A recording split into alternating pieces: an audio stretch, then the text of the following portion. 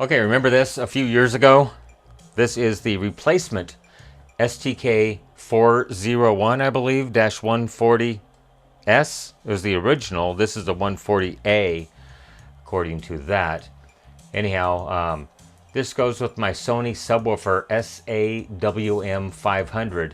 And I think we had determined that something shorted the bed right there. Let me go ahead and get a macro zoom enabled.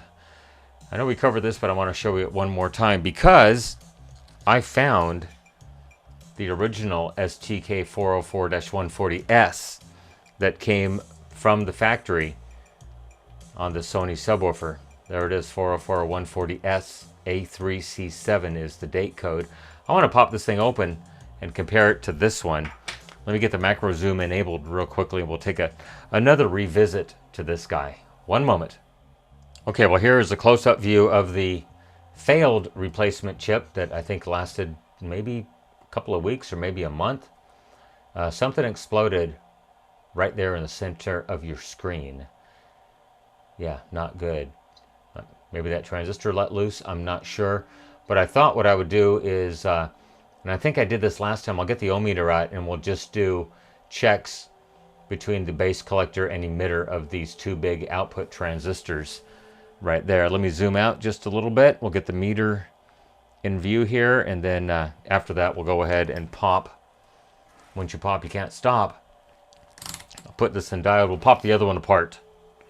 And let me get something to shim this up to reduce the glare. That should be a little bit better. I'm just going to move that over, make life a little bit easier. I have this in the diode range right now. So let's just see what we get. So we get 0.068 volts, that is bad, and 0.000, that is really bad. So it should be the two added together, which is 0.068. We'll check the other transistor right here. And that's a short right there. Is there not a diode junction anywhere on this? Well, let's go to ohms. So I'm in the ohm range now. And there we go. Got contact. Oh, we had contact. There's contact, 0.7 ohms. 0.3 ohms. What if I short the leads together? What do I get? 0.2 ohms. So it's a tenth of an ohm right there.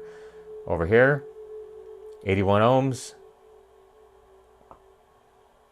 0.3 ohms. Can we get, I think that's the collector of that transistor. I get 3 ohms there, so that transistor is what probably shorted the bed, and 0.7 ohms there. Nothing there. Let's change the leads.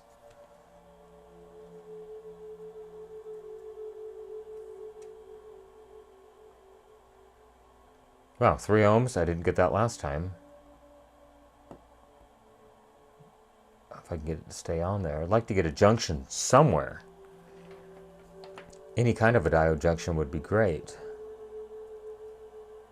But 3 ohms. Obviously, my leads are not penetrating. So let's go ahead, and I think we can safely assume that most of these are probably okay. Maybe those are definitely short of the output transistors. Let me find some little needly nose pliers that I can sacrifice should the case arise. We'll move this guy out of the way. I'm going to keep the exposure pumped up a little bit there. And then we'll try to open this up by just sticking the pliers under it and giving it a little bit of force. There we go. It is open. Okay, look at that. Let me enable macro zoom. We'll take a close-up look at this guy. One moment. Okay, macro zoom enabled. There are the original output transistors, and they look fine. Normally when one fails, you'll see a big, well, a shirt stain on it. It will ship the bed. Nothing yet. And look at these little discrete driver transistors. They're not basically surface mount components. They are actually attached to the substrate. Unfortunately, I can't zoom in any farther than that, so I don't see what actually failed on this thing. I think it might have been getting noisy. I'm not sure. I can't remember. Let's go ahead and zoom back out, and we'll test these guys and see what they test like. See if it'll focus in there. So music playing in the background. I'm testing a Nakamichi CD player for skippage. So you'll hear some music going in the background here. Okay, I think you got that into view. Let's put this in the diode range. Right there. Try to get that centered up. And we'll just go ahead and what I think is going to be the base right here. And I get a junction there. And then base to emitter. And I get a junction there. So I don't have any shorts on that guy, at least. Reverse the leads. Probably one is an NPN transistor and one is a PNP transistor. I get a junction there. And hopefully I'm not in the way. And I see a junction there. And I do see a diode that way. And open that way. I see a diode in that direction.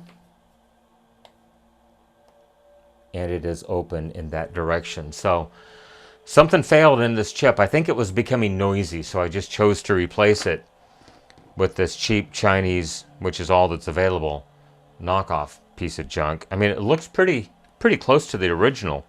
You could probably compare them side by side, and they're almost carbon copies with the exception of the original Sony chip. Let me try to do it side by side then.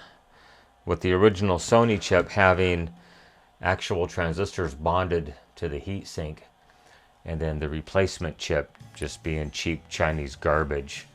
Anyhow, I found it. It's been years. The wife's been telling me you got to clean up this place, and I started cleaning up this place, and there it is. Anyhow, I hope you enjoyed this teardown of the original Sony STK401-140S. There's the date code B3D03. So if anybody recognizes that, let me know when the manufacture date was. I think it was sometime in 2003 that I purchased this subwoofer.